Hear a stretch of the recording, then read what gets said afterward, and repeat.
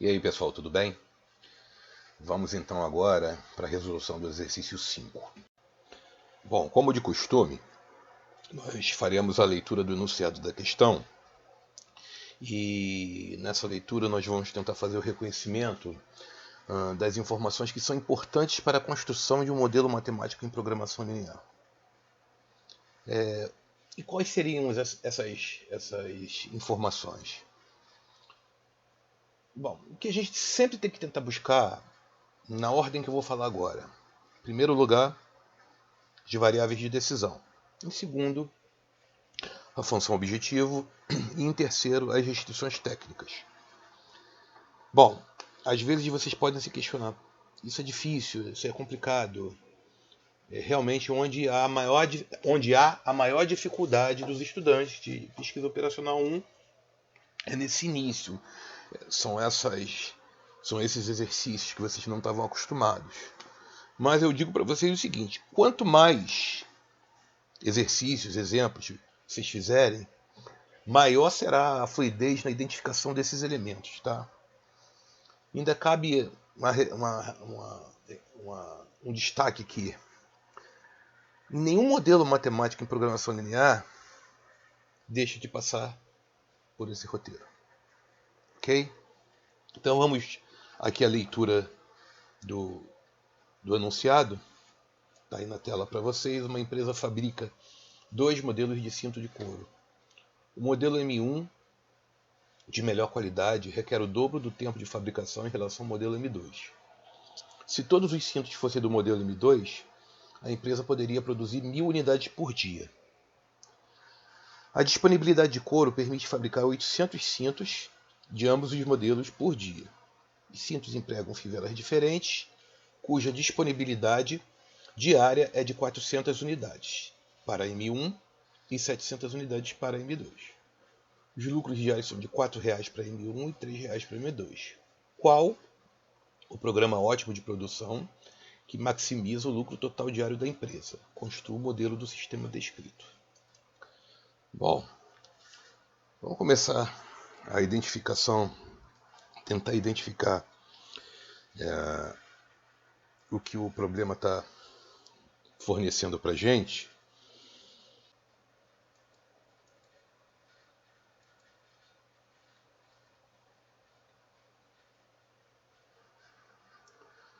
Vamos então sublinhar de azul claro essa informação que relaciona os tempos de fabricação dos modelos M1 e M2. Então vamos botar aqui.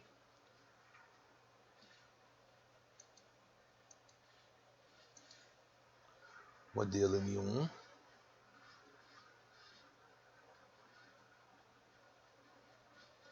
requer o dobro do tempo de fabricação em relação ao modelo M2. Se nós estamos falando em tempo, né? Essa outra informação aqui, ó, se todos os cintos fossem do modelo M2, a empresa poderia produzir 1.000 unidades por dia. Está falando também de tempo, né? Tempo de fabricação. Então, indica-se que se a empresa fabricasse somente o modelo M2, poderia produzir, né, 1.000 modelos por dia. Então, todos os cintos, deixa eu sublinhar isso aqui. Todos os cintos M2 produziria 1.000 unidades por dia.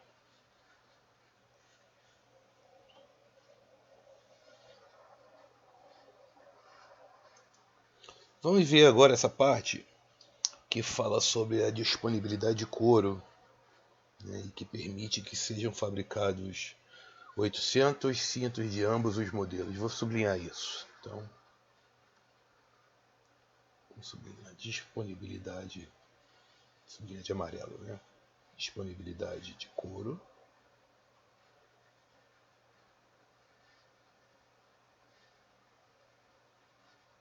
800 cintos de ambos os modelos por dia.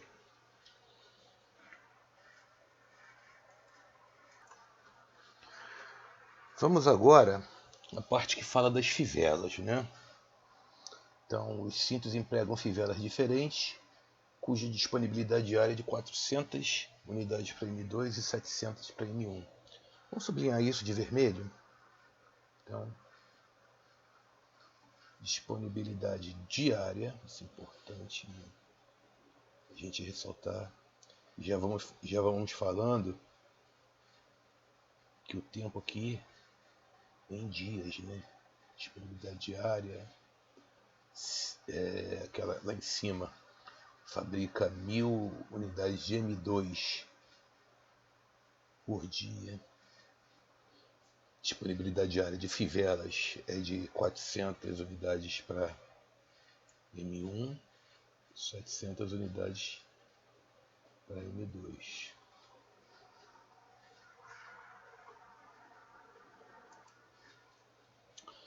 Bom, vamos agora à parte que fala dos lucros unitários. O modelo M1 gera R$ 4,00 e o modelo M2 gera R$ 3,00. Lembrando que esse lucro é por unidade, né? De novo, lembrando unidade. Vamos sublinhar essas informações aí agora usando o verdinho. Então, lucros unitários por unidade, R$ 4,00 para M1, R$ 3,00 para M2.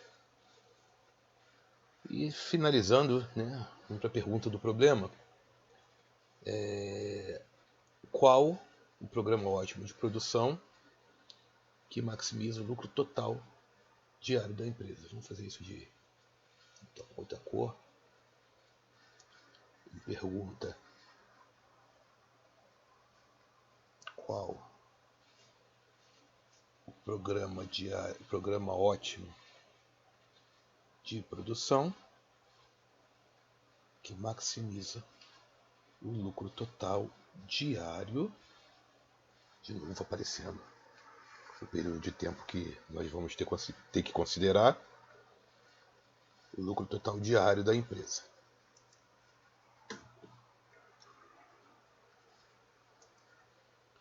Bom, agora nós vamos começar a elaborar o nosso modelo, já seguindo aquelas orientações que eu falei lá no início do vídeo, no qual a gente vai seguir o roteiro que foi sugerido, né, para a elaboração do modelo matemático em programação linear. Isso quer dizer o seguinte: nós identificaremos primeiramente as variáveis de decisão, em segundo lugar a função objetivo e por fim as restrições técnicas. Bom, então vamos tentar então determinar essas variáveis de decisão. Com calma, vamos pensar. O nosso problema, é de programação e de produção. E como é que eu sei isso?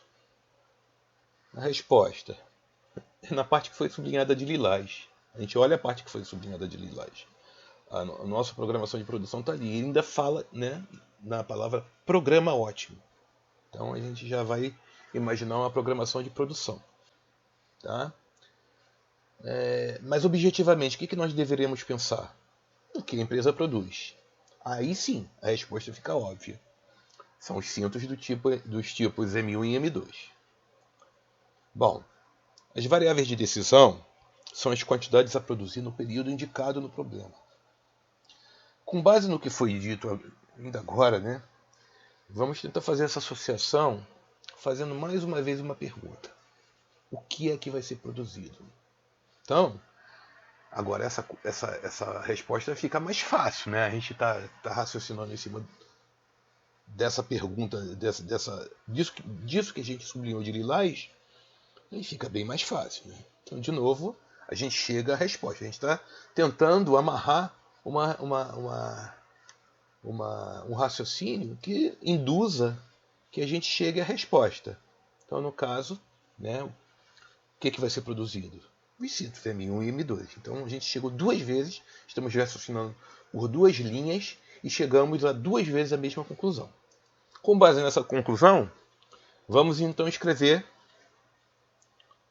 as variáveis de decisão do nosso variáveis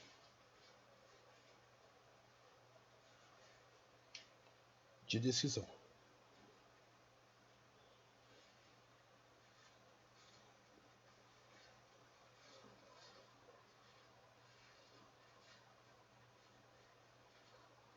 Sempre diariamente, né?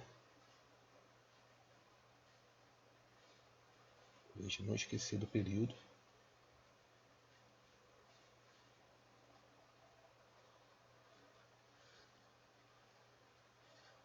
Quantidade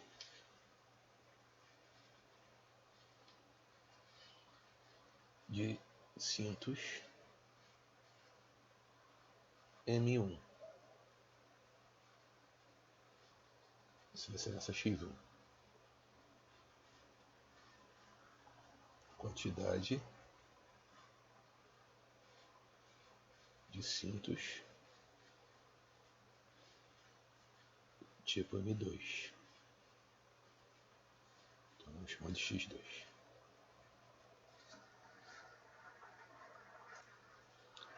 Bom, chegou agora a hora de extrairmos do texto as informações que vão nos auxiliar a elaborar a função objetivo. Então, basicamente, deveremos identificar o objetivo da tomada de decisão. E como é que esse objetivo aparece nos problemas propostos? Em geral, na forma de maximização, seja de lucros ou de receitas, ou na minimização de custos ou perdas. No nosso caso aqui, podemos observar, de novo na parte sublinhada de lilás, que ele faz o pedido, o exercício faz o pedido da programação de produção, que gere o quê? A maximização do lucro total diário da empresa. Tá? Bom, aí vamos ver o seguinte, diferente das variáveis de decisão ali, que estava meio escondido, estava meio implícito, né?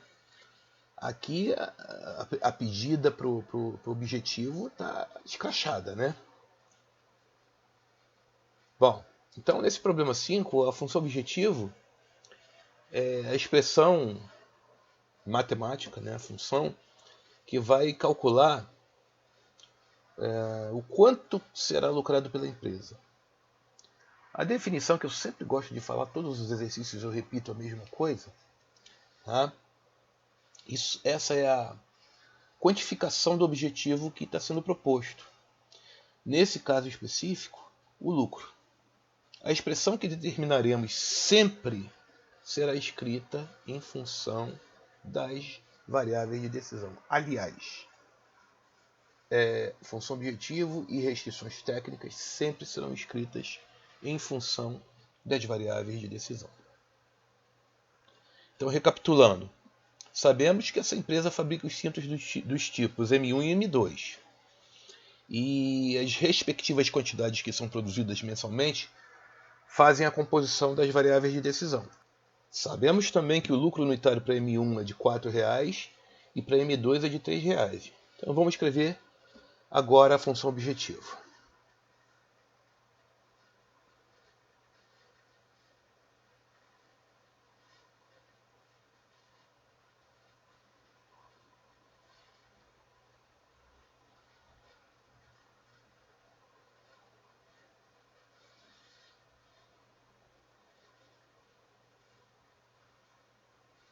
Maximizar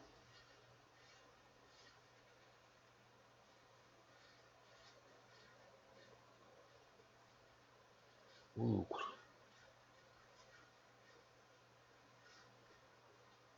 Vamos chamar de lucro de L. Bom, R$ 4,00 por cada M1 produzido, quantidade de M1 produzido é X1, R$ 3,00 para cada M2 produzido, quantidade de M2 produzidos X2. Então nós vamos escrever 4x1 mais 3x2.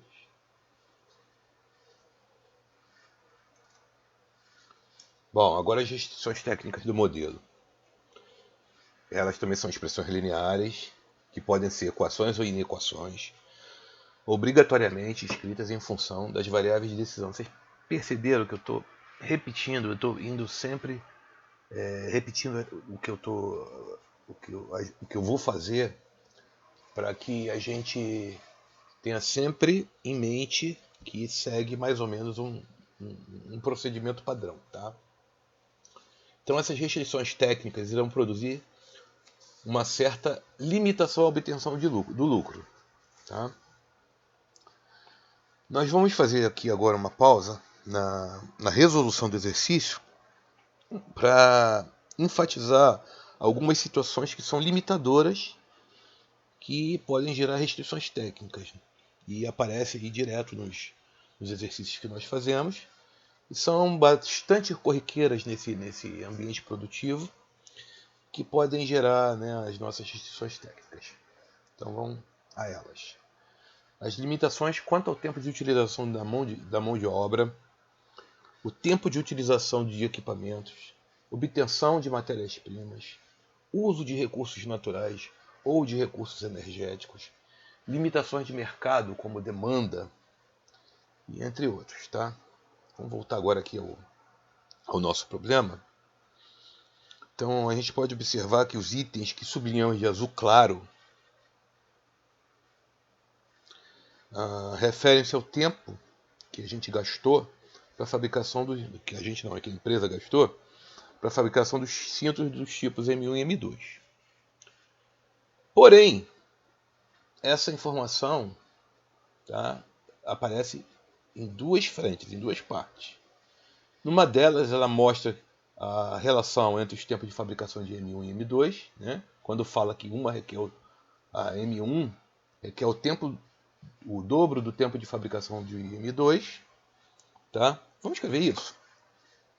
Vou escrever aqui assim, ó. Vou fazer um tempo para fazer M1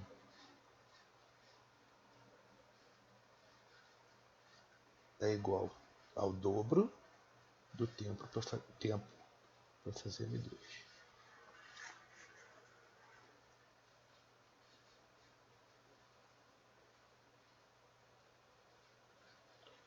Bom, vamos ver, vamos trabalhar em cima disso daí. Um dia para fabricar, ele diz ali, um dia, na segunda parte, né, do exercício, ele diz que um dia a empresa fabrica 1000 unidades de M2, se fabricasse somente M2. Tá? Então vamos montar uma regra de 3 para determinar o que? O tempo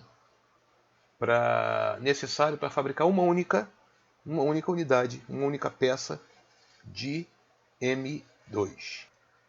Então vai ficar desse jeito aqui. Ó.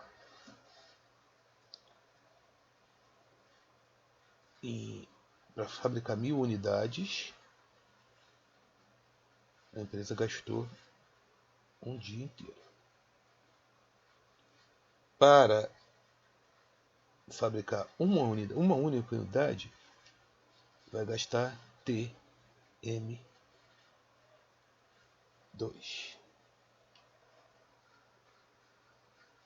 Então, resolvendo aqui, nós temos que TM2 é igual a 1 vezes 1 sobre 1000.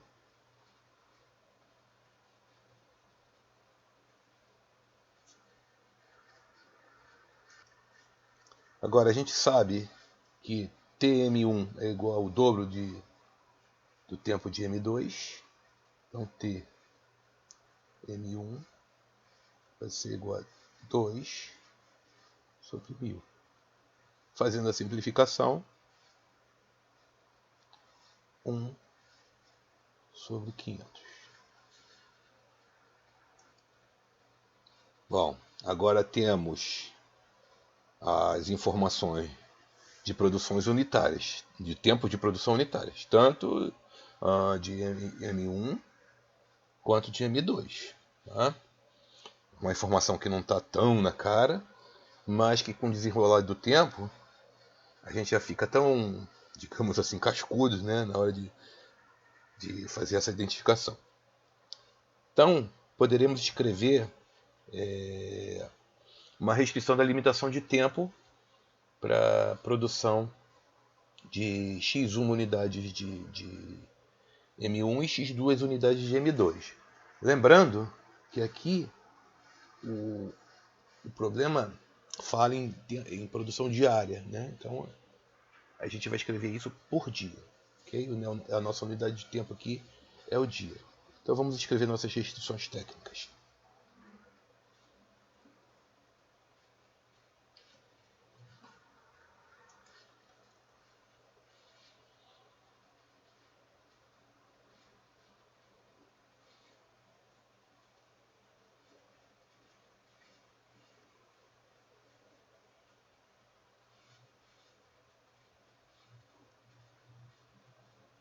Então, com relação ao tempo para fabricar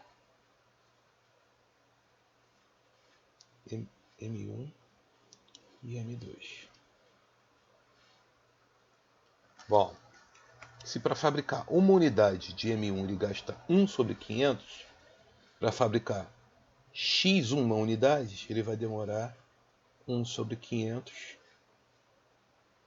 vezes x1.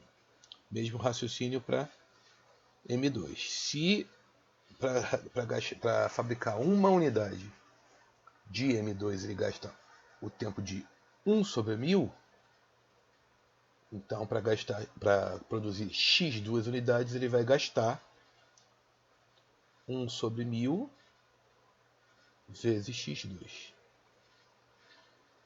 Então, juntando esses tempos de fabricação, não pode ultrapassar um dia. Então, isso é menor ou igual a 1. Vamos à segunda restrição, que fala sobre a disponibilidade de couro. Está ali em amarelo. A disponibilidade de couro permite fabricar 800 cintos de ambos os modelos. Então, eu posso fabricando a quantidade que for de cada um, só que me limita, a quantidade de couro me limita a fabricar 800. Então eu vou escrever da seguinte maneira.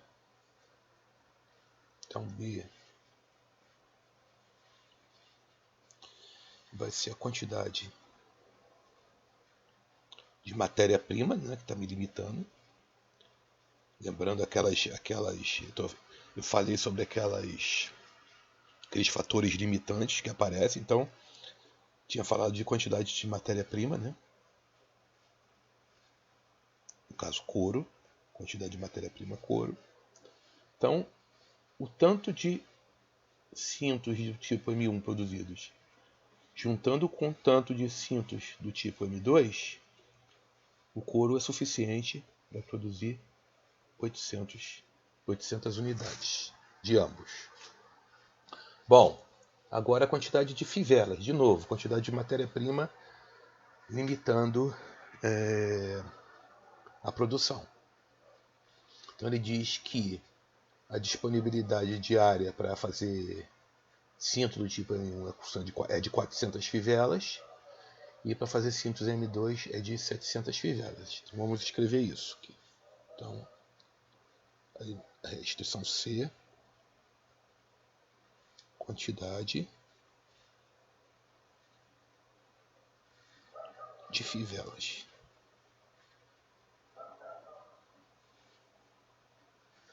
Estou botando 2 pontos, né?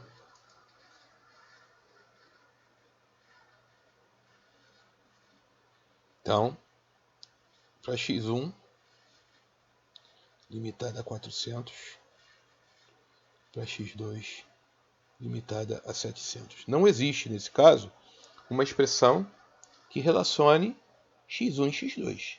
Independente. x1 usa um tipo de fivela, x2 usa um tipo distinto. Então a gente vai colocar, né, simplesmente, são duas inequações com cada um dos tipos de cintos. E finalizando a construção do modelo, a gente tem que garantir que essas quantidades dos cintos que M1 e M2 que vão ser produzidos e comercializados não serão números negativos. É a restrição de não negatividade. Então, vamos escrevê-las. Então, letra D, não negatividade.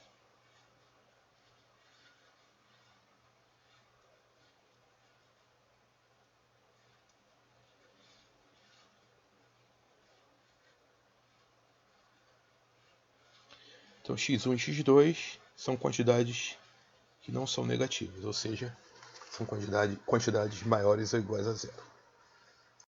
Então, pessoal, finalmente terminamos a lista que foi proposta na aula online de 30 de março de 2020. Tá? Espero que vocês tenham curtido os vídeos, né? Estou tentando melhorar a produção, enfim, estou tentando melhorar de um modo geral a apresentação, a produção, e até a aula de amanhã, 6 de abril de 2020, no mesmo horário, 18 horas, dessa vez com uma conexão melhor.